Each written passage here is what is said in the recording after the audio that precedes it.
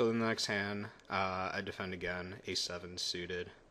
Um, with this hand, I think a lot of people would potentially check raise. I think that's really bad. I think check calling is by far the best play.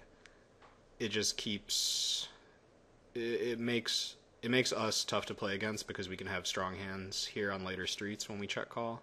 There's the type of board that if I was in villain shoes, I would bluff very liberally, because everyone has a tendency to fast play all their strong hands, and thus when they check call, they're very weak. So when I have a marginal hand like this, even though it has the nut flush draw and a lot of equity against everything, I don't see the need to fast play it because basically our hand is still just a pair of sevens, and a pair of sevens would always check call here.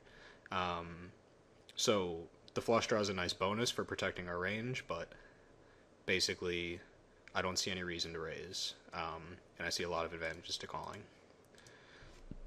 Now when he double barrels, he can have a few worse value hands.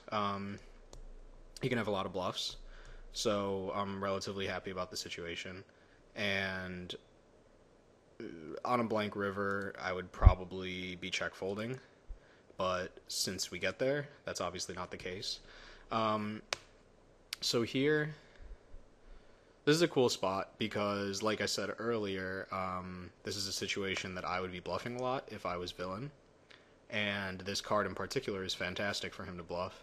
And a lot of people, because it's such a good spot to bluff, feel that, you know, they need to balance and they need to value bet very thinly here, expecting me to just call them very light.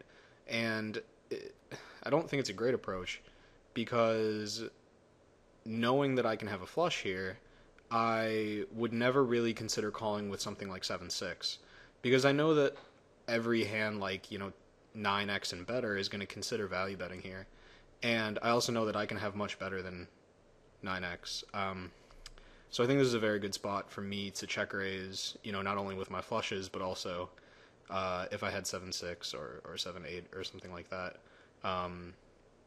because I think that, especially if I had the 7 of clubs, because then it's like more credible. You know, he won't be able to have the 7 of clubs and think like, oh, well, he can't really have a flush because he can't have the 7 of clubs. Anyway, I think it's a good spot to go for a check raise with a lot of hands, and I make it pretty big,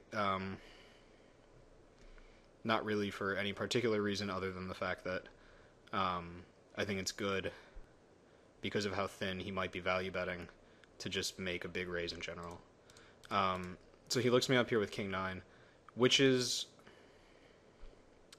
there's not really much to discuss other than the fact that he doesn't really have any reads on me, and I would guess the population tendency here is to not check raise bluff much in this situation.